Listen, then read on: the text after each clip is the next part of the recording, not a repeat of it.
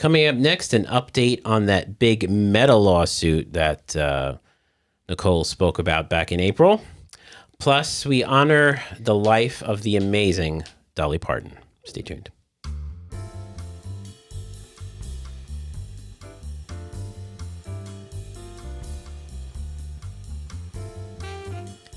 Well, hello there, and welcome to another episode of the Middle Country Public Library podcast. I'm Sal DiVincenzo here in the studio with my fabulous colleagues, Sara Hello. and Nicole Rambo. Hello. So we're going to jump right in. Why don't we do the meta thing first? Sure. Since we have a pile of Dolly Parton stuff on the table, I feel like that's going to take the majority of our show today. So we're going to talk about her great, amazing life. So back in April, Nicole talked about what we called social media hanky-panky. There's some social media hanky-panky going on in the world, and there's an update. So what do you got, Nicole? We'll never know because they settled. Okay, thanks. That's good. So as it stands right now, literally breaking news. I came in this morning. It's Wednesday. I sat down at my computer, and something had happened in regards to this case back in early August. So we didn't record at that time, or we had a different topic or whatever. So then today I was like, oh, let me go see, because same idea. But when I looked it up this morning, Meta, they're reporting that Meta reaches a 16.68 billion with a B. Oh my goodness. Billion Settlement over social media harms to children. And I think and then I had seen this is from Reuters. I had seen other where it said different numbers, within the same range, but I think they might be doing a payout of certain over time. to who? 29 states. So these are all federal. Wait, who's getting the money? I think the states are. The states themselves. The states are. So New York, right. New York is getting 17.1 billion. Secures up to 17.1 billion. Oh, excuse me. New York the 17.1 is the amount, and then New York will receive up to 1.15 billion. It's a drop in the bucket for New York State. Intended for education and services to help young people struggling with unhealthy social media use. Meta must limit minors' time on Facebook and Instagram, restrict addictive features and inappropriate content. Yeah, about 25,000 is going to go towards that, and the rest is going to go disappear. Yeah. In preparation for this podcast, I went back and listened to the segment that we talked about in April. Mm-hmm. It was funny. We all had. We all said controversial, troubling things. So the settlement was reached during a California federal trial over claims brought by 29 states, averting one of the highest profile tests yet of allegations that social media companies harmed young users. So had they not settled and gone to court, they would have been discussing more of is it really harmful? What are the algorithms doing, et cetera, et cetera. So like I said, we'll never. Well, at this point, this suit anyway, we won't know. Yeah. There's other suits because this was the federal cases rolled in. Mm-hmm. There's other government, local governments, individual. They're being sued every day, everywhere, 1,000 times over. They're just all they do is handle lawsuits. So perhaps it'll come out. And the one actually that I was going to discuss back in August was. Because there was a story about a former Meta engineer says Instagram took a, quote, don't ask, don't tell approach on kids under 13. So that's kind of what was happening. The story was about, they knew they didn't care. They're not going to ask the engineers what they're doing to stop it. And the engineers aren't going to tell them if they come, you know what I mean? That kind of thing. So that's what one engineer says. And that was in another in Oakland, a lawsuit that was happening there. So that's what the initial one back in August, beginning of August, that I had noticed. And then just today they announced that they settled, like I said, the federal ones for 16.68 billion. And they do, Meta also agreed to make changes for teenage users of Facebook and Instagram nationwide, including daily usage limits and nighttime blocks, court papers show. The Menlo Park, California-based company denied wrongdoing in agreeing to settle. So part of the settlement was that they denied any wrongdoing as well. Why does it go to the states and not people? Because the states are the ones suing. Yeah. Yeah. People didn't care. They were like, yeah, okay. So there are individuals suing. There are there's school districts suing. Everyone gets to sue. I'm not going to say they didn't care. I should say they didn't know. I'm sure they didn't know the depth of where this went, and the states decided to. Yeah, well, the episode we did in April was about a single individual person, right? It was that girl who, and you both had feelings on whether she deserved that. We have feelings. We have feelings. We're allowed to have feelings. So, like I said, On individuals, moments. local governments, school districts. Technically, we could be like the people versus Meta, and we can all get like 500 grand. Yeah. I don't know about that, but yeah, I don't know. $1. $5. Yeah, I was gonna say a Chipotle gift card. So in a filing before the trial, Meta said California, Colorado, Kentucky, and New Jersey were seeking up to 1.4 trillion in penalties. With a T. Yeah, the state suggested before the trial began that the figure would be closer to 200 billion. Now they settled at the 16.68 billion. I can't wrap my head around that though. Is that like a drop in the bucket for them? Like, I don't understand. I don't think it's not nothing. So that's a lot. The one in April was 6 million to that girl, and we were saying that's nothing to them. 6 million is really like Trump change to them. 16.68 billion. I mean, I don't think that's nothing. Wait. Why are the states suing? Why do the states? Because it's addictive. They found out that it's addictive. But why are the states it's suing? fueled a nationwide youth mental health crisis. Yes, and they didn't do anything about it. It was So like all the they knew states- about And it violated, so this youth-wide nation mental health crisis, the states were saying violated, All the states are suing. the states had 29. So these are 29 states that's rolled into this claim. This one thing is 29 states. And it said they violated their state's laws protecting consumers. Oh, okay, Yeah. okay. You have to have something that violates. You just can't say that's it's not like a good the thing. Yeah. the Children's Online Privacy Protection Act. Oh. By collecting personal data from users it knew were children without parental notification or consent, okay. and using the data to train machine learning and generative there AI you models. go. Okay. AI rears its ugly head once again. Meta on the has show. denied the allegations, saying it has worked hard to protect children on its platform. The company argued it could not have misled consumers about whether its services were addictive because, quote, social media addiction is not recognized as a psychiatric condition. So there's no such thing currently as a social media addiction. That's like in the DSM. You know what I mean? As of It will be. today, It will be. It will be very shortly. Yeah. Sure. Yeah. I absolutely believe it. And you actually had said, again, on the April 30th episode that everyone should go listen to, you had said, like, there's going to be there's going to be, like a AA for, like, social media addiction. And I do believe that is coming. Like, I'm so smart. yeah. You're ahead of the curve. You know. Sarah's running the groups. Hey. She's running the Yeah, I'll be not only my member. $14.95 an hour. And it includes, so this case was included lawsuits brought by individual school districts and state governments. Thousands more cases against the companies are pending in state courts. A judge in LA is overseeing thousands of lawsuits brought by individuals who say their loved ones were harmed by platform designs. Around 30 states have filed lawsuits against the companies in state courts.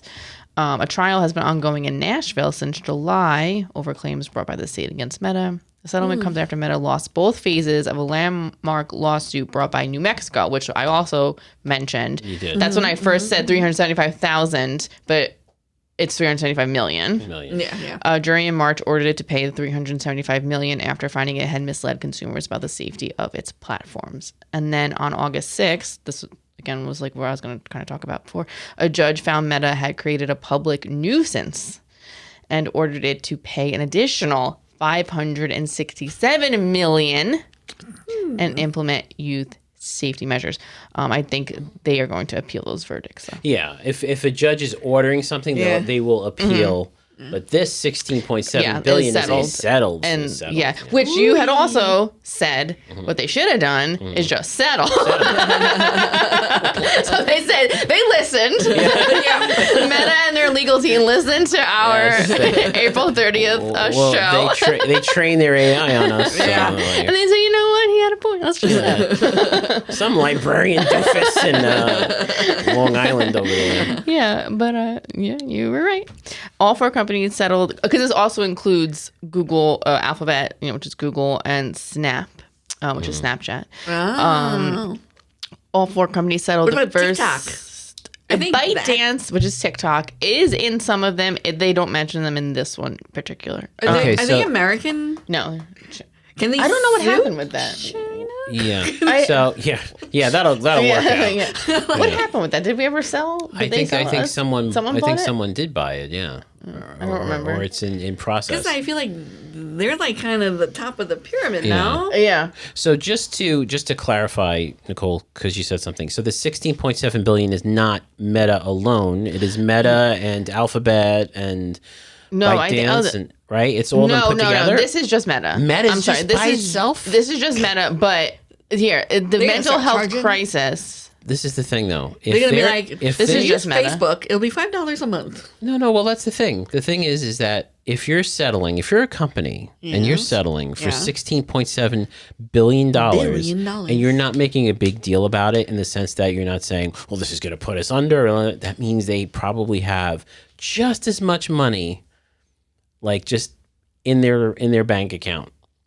So this is going to be, it might not be a drop in the bucket, but this is probably something that's, Meta is Zuckerberg, correct? Yeah. yeah. Well, I think he has like his AI stuff that he has going on. I don't Yeah. think that this is. I don't think it's going to No. bother them as much. No, I mean, I don't think it's not, like I said, it's clearly not the same as 6 million. It's more than that. They're going to But- write this off as research. So they're going to write it off. Yeah, What no. not to do next time. Yeah. Yeah. No, they have something. They have a loophole for sure. Yeah. Yeah, the it says in the later part of the article, Meta, Snapchat and its parent Snap, YouTube and its parent Alphabet, and TikTok and its parent ByteDance still face thousands of lawsuits in federal and state courts over claims that knowingly designed platforms that are addictive to children and teens, fueling a mental health crisis. Yeah. Wasn't COVID or anything being locked down. Yeah, it has nothing to do with that. Being stuck in our houses for a year. Yeah, it's all Yeah. Everything's all wrapped together. yeah. In New York, so we will be seeing 17.1 billion of that. Oh, can't wait. And 2020. No, one- this 1.7 all stemmed from a 1.7 billion. 2023. Though this suit had happened in 2023, so it's been going on since then.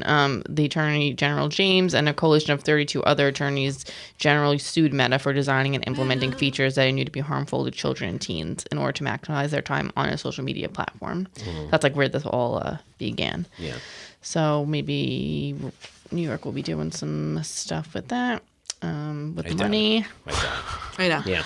Wink, wink. Meta will pay at least $12.1 billion to the coalition states. If other major social media companies reach similar settlements with states, this amount will increase to $17.1 billion. New York will receive at least $819 million and up to $1.15 billion. The funds are intended for a variety of educational and mental health services for young people to repair the harms of unhealthy social media use and prevent future damage. My BS meter's going off over here. Implement phone-free classrooms, training for mental health professionals to serve Yeah. students, after-school or summer programming for young people, and public health programs. I'm sorry, that money's gone. Maybe gone. it'll be funded for a nice grant It's gone. to help. Yeah, but it's not going to Yeah. be $190 million worth. It's going to be something smaller, I think. Yeah. Okay. No. You know what's good? You know, I tell you, it kind of sounds like FINRA. Do you know what FINRA does? Oh yeah. Right. If Yes, I do. Okay, so if a financial advisor makes a mistake on purpose or not on purpose, or if they get fined, FINRA takes that money and then they give it back to the quote unquote the consumers towards educational programming. We had and we do have that every April. We have Money Smart Week. Yeah. You know, and all that kind of stuff. I don't see New York State doing that. oh, that's what, a federal? Yeah. Oh, okay. So I just don't see New York State doing that. I mean, they're going to have to do something, but I don't think it's going to be $895 million worth. That's just how I see it. You know, it's just the way it goes. well, I'll be sure to keep you updated if I Yeah. hear anything. I like doing the the updates. The updates. on You got to topics get that we update talked music. about before. You got to get special newsroom update music. Yeah. All right. Thank you, Nicole. Sarah, yes. Well, yesterday when we were recording this, we all found out that we lost a country music legend. Dolly Parton. I shouldn't actually say country music because she spanned across all genres of music. Yeah. So, everyone is going to be very interested in Dolly Parton in remembering her, of course, as they should. So, I just want to go over a few things that she's done for us, and some of the things you can get at the library. So, she was born January 19th, 1946. So, she was a Capricorn. Just for those people that care. Her occupation here is American singer-songwriter. So this biography I got from our database. And it's it's very funny. Sassy, flashy Dolly Parton, the leading lady of country music, has over the years crossed over to become a pop rock megastar. Do you remember not so long ago how there was a little bit of a not scandal, I don't want to say, but news with her in the Rock and Roll Hall of Fame. Yeah, they wanted to put her in the Rock and Roll Hall of Fame. No. She said no, so she actually made a rock and roll album. Yeah. So she's good. The songwriting Tennessee Mountain soprano came to prominence in Nashville in the late 1960s as the protege of the legendary Porter Wagoner. She struck out on her own in 1974, and in each of the following 2 years was chosen Best Female Singer by the CMAs. And in 1977, Parton moved with great flair into the mainstream of popular music with her new rock-oriented backup band, Gypsy Fever. The dimpled Parton, who accentuates her pretty face and buxom... I did not write this, okay? Buxom figure with flamboyant coiffures, heavy makeup, and come-hither clothes, carries off her painted woman gimmickry with the innocence of a backwoods girl who has finally come into glad rags. And when she chirps out her down-home hit song... This is terrible. Such as the aggressive Jolene and the tender I Will Always Love You... Yes, now. We know that one. And love is like a butterfly in her high, often tremulous, childlike voice. Her sincerity, warmth, and homespun good spirits reach the hearts of good old boys and city slickers alike. Yeah. Okay, so she is of mixed Dutch, Irish, and Cherokee ancestry. Oh, I did not know the Cherokee. Yeah, Dolly Rebecca Parton was born January 1946 in a 2-room wooden shack in Locust Ridge near... Saraville? Saraville, yeah. Yes, thank you. Tennessee, in the foothills of the Great Smoky Mountains. Now, this is, I didn't know. I've been, by the way. It's very nice. Is it tiny?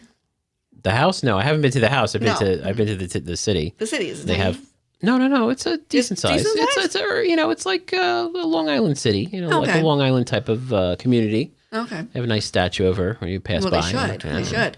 As the fourth of 12 children. Oh my goodness. Of Robert Lee Parton, a struggling dirt farmer, which I didn't know you could farm dirt, and laborer, and Avie Lee Owens Parton, a preacher's daughter, she helped raise her younger brothers and sisters.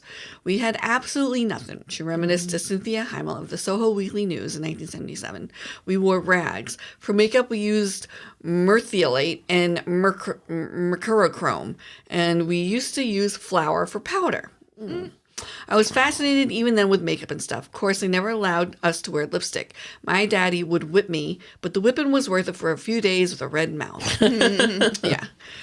She is quick to add that she had the best mom and daddy in the whole world and that she and her siblings had fun, love, and music. All my people was musical. She said her first love was gospel music. Okay, so I'm just going to we're not going to go totally into through this a little bit. Because it's 17 pages long. And Yeah. obviously it's not enough because she does have books and books and books about Yes. it. Early career, recognizing that her voice was strange and still is, in quotes, Parton remembered that when she signed with Monument Records, the people selecting her music there thought of her as someone who sounded like she was 12.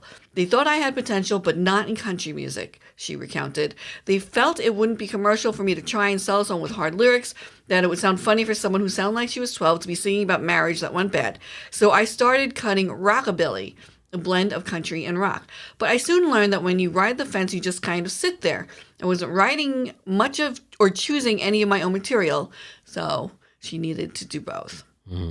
So she persuaded Monument to let her record country songs, and then she recorded "Put It Off Until Tomorrow," written in collaboration with her uncle. And the following year, she had 2 singles, "Dumb Blonde" and "Something Fishy." So she then had a lot of hit singles. Okay.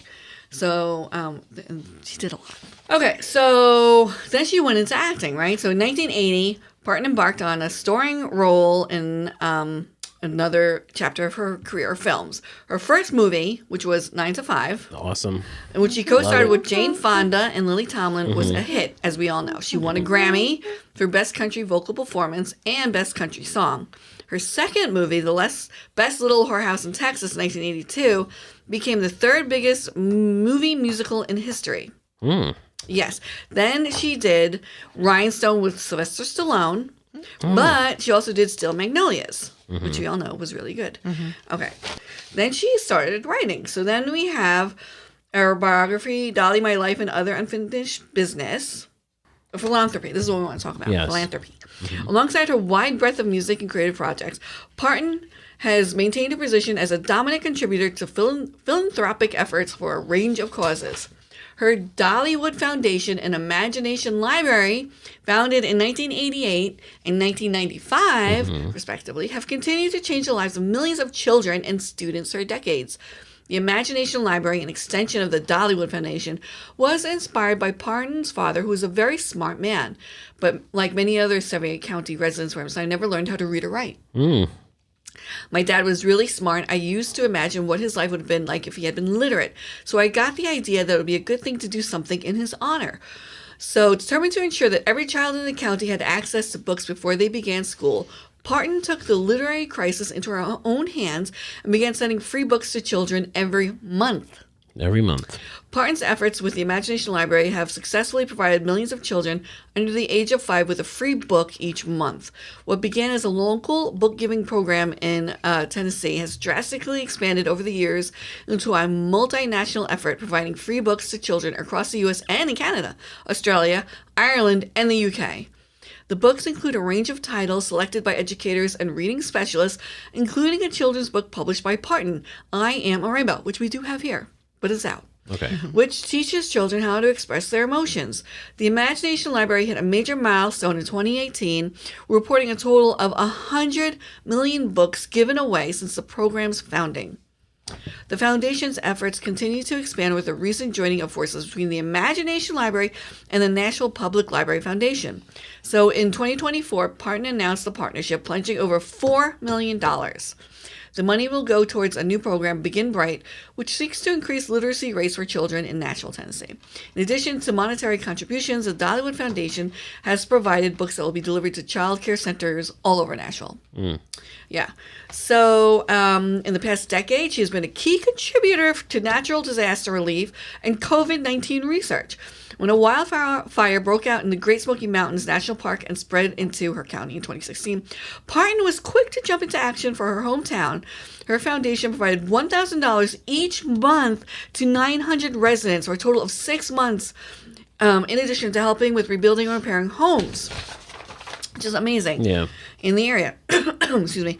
The foundation contributed over $12 million to hundreds of families who were able to repair their homes or relocate after the fires.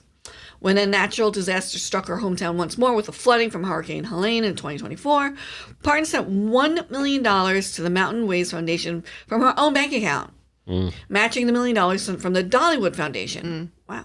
Parton was also crucial in the advancement of early COVID-19 research, providing generous donations of $1 million to Vanderbilt University Medical Center for the creation of the Moderna vaccine. Wow. Yeah. She's everything like good. She pops up. And then she created Dollywood. It's in here somewhere. She created Dollywood to specifically in her area to give jobs to the people who were struggling in her hometown, and they said it just totally revived the whole county. Oh, that's like a destination. So many people go there. So, I mean, she really is a credit. So, I just want to go over. Nicole was looking at all of the. This is. I know 3 songs that she did. Yeah, you probably know more, but you just didn't. Yeah. And I think she gets a lot of writing credit. Like she writes for other people. Oh, yeah. So this is just a small batch of her CDs that we have here. Yes. So that will be under Country Parton. We do have Steel Magnolias with her right here. I remember seeing that and crying. Yes. And then our other copies of her other movies are out. Yes. So you can place a hold on them. She wrote a cookbook. I probably talked about this. Good Looking Cooking. A year of meals with Dolly Parton and Rachel Parton George. I believe that's her sister. Yeah, nice. Yeah, so I think we talked about this maybe. So hot wing dip with celery sticks, shrimp with cream cheese, capers, and cocktail sauce. These are apps. Broiled potato wedges. Delicious. Barbecue ribs. Yeah, so that's that. She wrote a book with James Patterson. She's a fiction writer. Yes. Wow. She does everything. Run, Rose, Run. I'm sure everyone wants to work with her because she seems so lovely. She does. And I think she has a CD Okay. to accompany the book. Yeah. Wow, nice. So there's that. Then we have not like a self-help book, but kind of a self-help book. So it's The Faith of Dolly Parton. Lessons from her life to lift your heart. Nice. Yeah, she has inspired millions. She has. Yeah, so we have that. Very good. Then we have Dolly Parton, Dream More. Celebrate the dreamer in you. Okay. That's very large writing with... Well, it's like quick bites. So I thank God that when I was a kid, my mama used to read the Bible to us. We didn't have television, and a radio was used only to listen to the Grand Ole Opry. Of course. Yeah. So Mama was our entertainment. She sang, she read the Bible to us, and showed us how to cook and sew and make something out of nothing. And I'm still doing that. Nice. And then we have these big old books. So we have Dolly Parton, Song Teller by Dolly Parton, and it's My Life in Lyrics. Look at that. Oh, that's pretty. I remember that book. Yeah. I feel like I've seen that before. Discover the stories that inspired the music. Then we have Dolly Parton, Behind the Seams, My Life in Rhinestones by Dolly You've Parton. talked about her before. I sure have. This is like, I'm having like deja vu. I feel like. I have, because we all love Dolly. Yeah. And then finally, Dolly Parton, the star of the show, My Life on Stage by Dolly Parton. So you can see there's a theme here Yes. with size and names. Yes. Yes. Oh, they're beautiful. She is, she is something. Yeah. I think this is her latest book because it is in our new nonfiction. Nonfiction, yeah. Yeah, so she says, all my life I have had a dream in my heart. I wish I might become the star I wish tonight. One day my wishes and dreams all came true, and I owe it all to the God and to you, the fans, and to all the people along the way who have made sure that I could always keep shining. She truly is a national treasure that we have here in America. So if you guys want to celebrate her life and her talent, we have books, we have CDs, we have cookbooks, we have fiction, a little bit of everything. And and of course, you can always get some of this stuff on our streaming services. Yeah. Very good. All right. Yeah. Well, thank you, Sarah. Sure. That was very nice. Some things I did not know about Miss Parton. So that was interesting. 12 siblings. 12 siblings. I know. And she seemed like close to them. There was I know when I saw the announcement on Instagram, it was her nephew, I think, that was the head of her security, and her dad or his father used to be the head of her security. So it seemed and he even said she kept the family very close. She always tried to provide opportunities for her family. She was very connected to her family, which I think is lovely, because sometimes you hear about the falling out and stuff. With, if I was rich, I'd be I'll give you money to get away from me. Go. Not Dolly. Yeah, just kidding. I'll implore you to not contact me. So she seemed very, very close to her family, so which is nice. And that is nice. Yeah. She does have a very charisma. And I loved her in Still Magnolias. And so good. Cool. Made me cry. Rest in peace, Dolly. Well, thank you very much, Sarah, and thank you all for joining us for this week's episode. If you want to listen to older episodes, read our show notes, visit our website, mcplpodcast.com. If you're watching on YouTube, we'd love to get to 3,000 subscribers by the end of the year. I know it's a kind of a hard ask there. We're only about 750-ish away. About 2,999 away. I'm sure there's 750 of you who are out there who will just hit that subscribe button. So do that, and you'll be joining a nice little community of viewers and listeners who love their library and what their library offers. So that does it for this week. For Sarah Fade and Nicole Rambo, I'm Sal DiVincenzo. We'll see you on the next show.